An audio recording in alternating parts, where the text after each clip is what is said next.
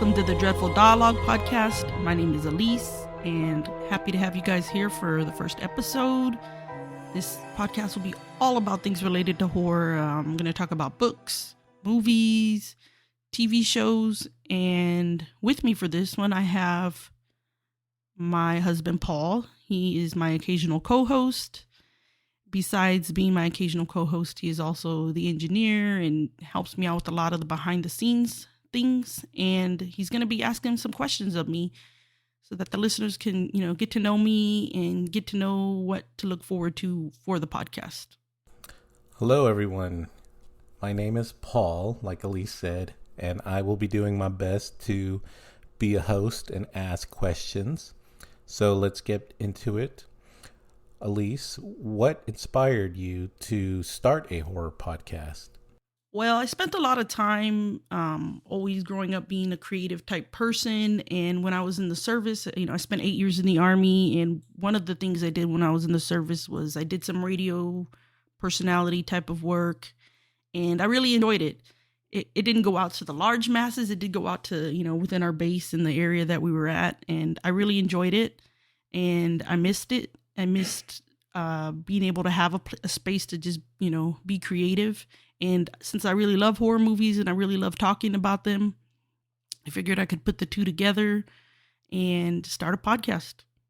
Now, what would you describe the overall tone and style of your podcast? In terms of style, I want it to be fun. I want people to, when they tune in, look forward to, getting a good laugh. Whether they're cleaning their house or they're driving their car or something stressful is going on, they can listen to this and reminisce about, something they've watched or seen or read, and hoping to, bring a little bit of laughter to it as well. I don't want it to be, 100% serious, but there'll also be some times where the topics may need to be more serious. It's just going to depend on what we're specifically covering for the topic. What do you hope listeners will take away from each episode? I'm hoping they'll take away wanting to see some movies or seek out some books or an episode of a TV show that they haven't seen before. I'm also hoping they take away just some enjoyment of reminiscing about something maybe they haven't seen. The genre of horror has been around for so long, and sometimes you forget something that you've seen, and maybe hearing some conversations about it will, drum up those memories in their mind. And maybe they'll go back out and watch it, or maybe they won't, but they'll at least, get taken back to a time when they did enjoy it. So what would you say some of your favorite horror movies are, and why did they impact you? Yeah, so I have a varying, list of movies that I really like. I think a lot of them that I do like, I will definitely say it has to do with the nostalgic factor in terms of where I was when I first saw them, or who I was with. Probably my most favorite, and it can change from day to day, but it's always going to be on the top of my list, is the original Texas Chainsaw Massacre. I just remember it being terrifying. I still watch it and I'm like, oh, that guy's gonna get you. And I think a lot of it has to just do with the grittiness of the film and how dirty it is in the house and the things that are going on.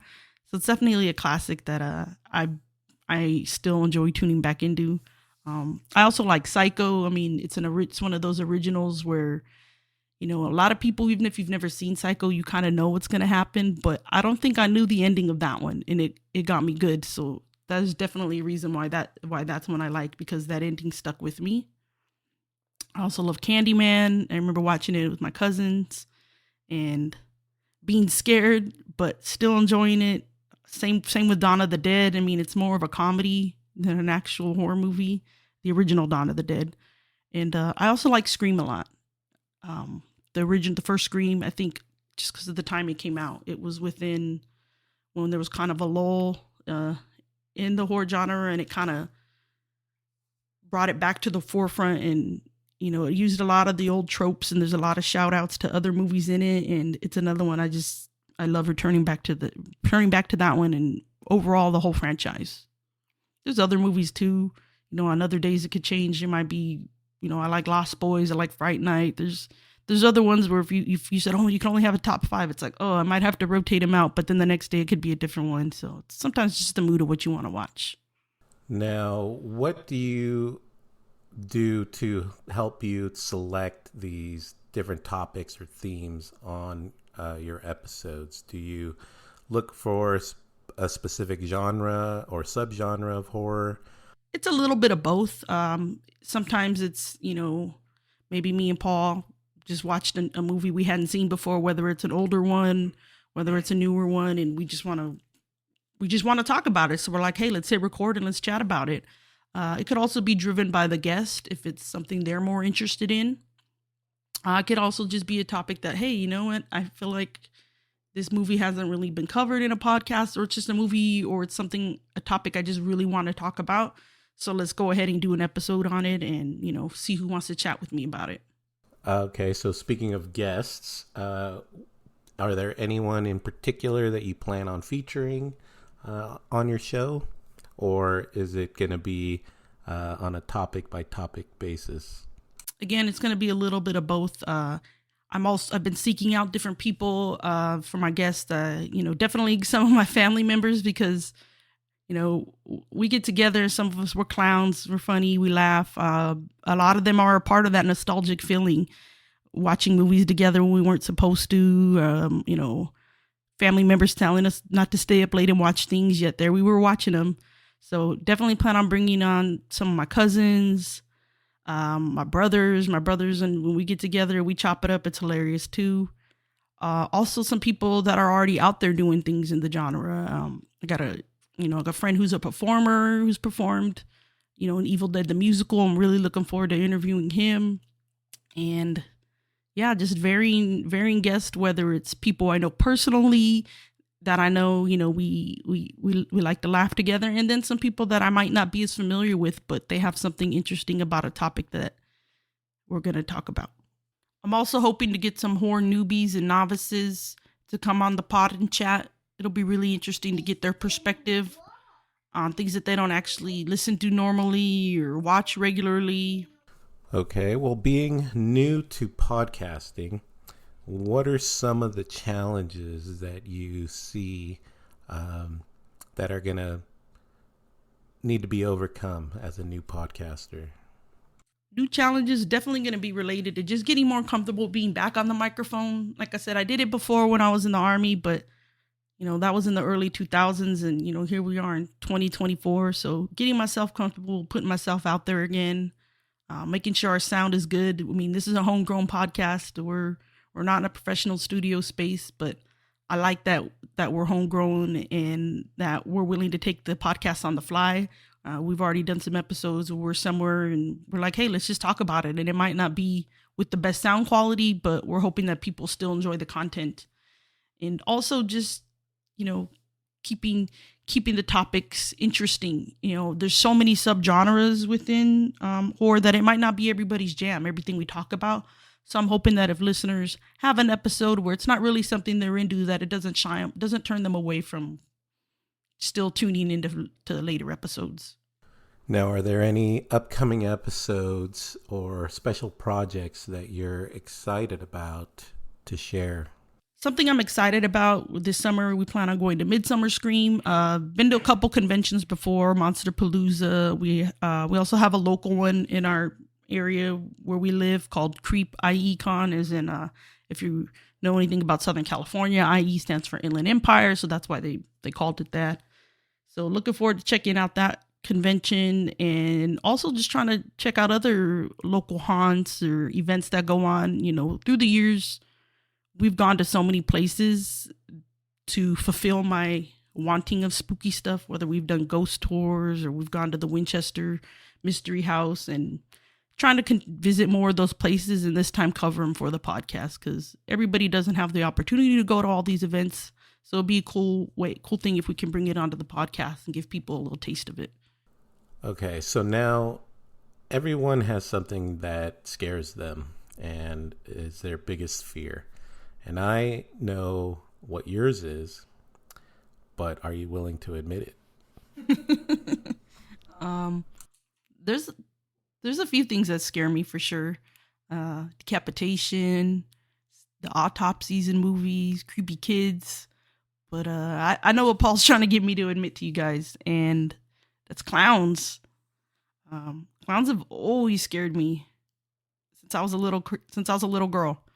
I think I read something or saw something about, John Wayne Gacy, serial killer who dressed like a clown, and I put two and two together with clowns and the fact that he was a serial killer, and I think that messed with me.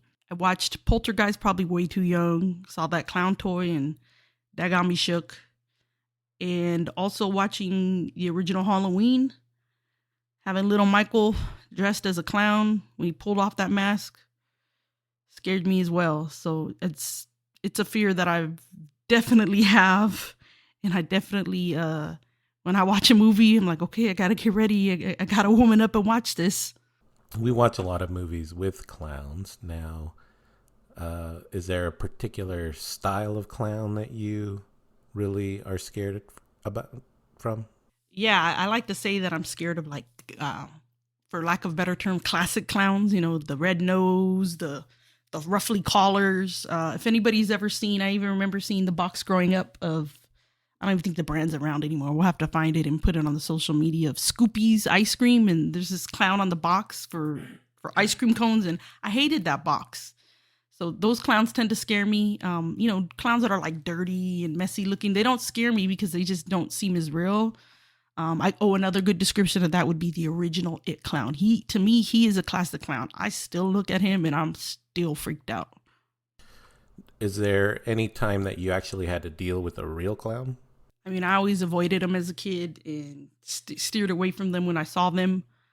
But there was a time when I was down in San Diego at Seaport Village, and if you don't know what that is, it's right next to the bay, kind of a touristy area with little shops and like a little boardwalk type of thing to walk on. And I think I was going into my 9th grade year. It was like summer between 8th and 9th grade year, and this clown walks up to me, and he said, "Hi, Alyse." And I really thought I was in a horror movie. My heart started beating. I freaked out. I thought this guy was going to try to grab me. I was like, how does he know my name? And not only did he know my name, this guy knew like so much about me. He was like, "Oh, I know what grade you're going into." I think I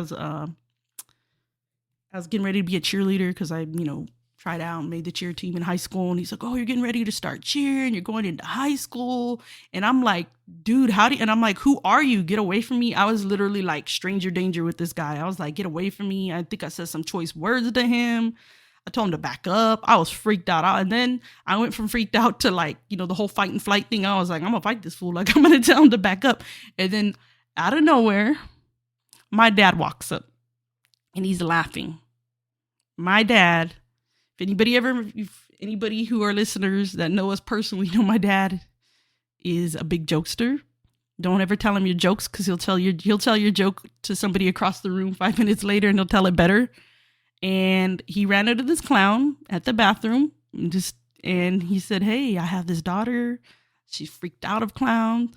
And I don't even think he was gone that long yet. He managed to give him my whole life story because I remember there was more details that he knew about me, and it creeped me out, and he got me good. And I hope that never happens again, that I never get a clown that comes up to me and knows my name and my life story, because even though I'm older now, I'm still frightened of that happening and what they're going to do to me. That's really messed up. Can't believe your dad did that. Yeah, that's my pops. He's been known to be a jokester. Well, thank you, Alyse, for giving us a little more insight into the podcast.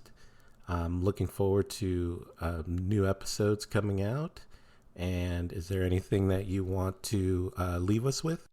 Thank you guys for listening. Really appreciate it. Also, if you get a moment, check out our website, dreadfuldialogue.com. We already have some blog posts up on there and photos of different places we've gone. We're also on Instagram at Dreadful Dialogue Podcast. And my personal Instagram is at SpookyVibes_Alyse, ALYS.